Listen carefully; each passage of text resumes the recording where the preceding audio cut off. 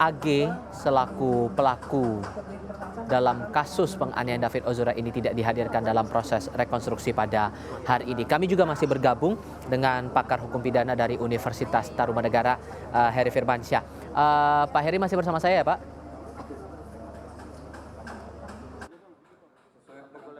Pak Heri masih mendengar suara saya Pak? Masih terdengar jelas. Oke, terkait dengan AG, peran pelaku AG ini yang digantikan dengan pemeran pengganti. Dalam proses rekonstruksi ini kehadiran pemeran pengganti apakah akan membuat pengaruh signifikan juga terhadap duduk perkara ataupun juga kronologi peristiwa, terutama dalam hal ini kasus penganiayaan David Ozora ini Pak?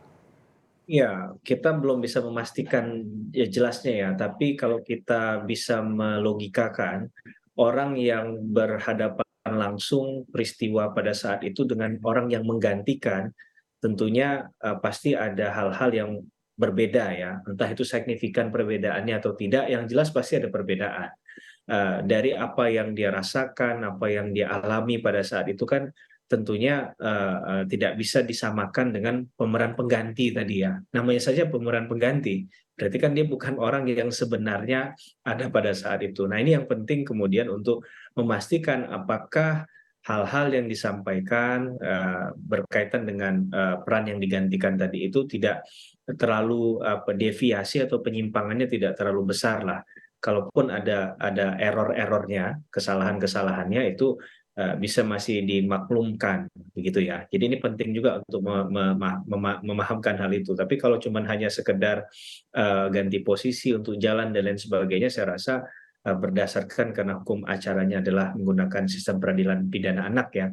Kalau perlindungan anak itu kan untuk korban ya. Tapi kalau pidana anak ini bagi mereka yang berhadapan dengan hukum atau yang dikatakan berkonflik dengan hukum, ada aturan main sendiri yang memang harus ditaati. Apalagi ini kan tadi tempatnya terbuka, banyak orang yang datang ke sana ya. Secara psikologis, kita bicara secara psikologis, anak memang tidak memungkinkan untuk menghadapi tekanan dan hal-hal semacam itu. Ini bukan kita yang bicara sendiri ya, tapi ada aturan main dalam konteks undang-undang yang memang menegasikan hal tersebut, begitu Mas Iqbal.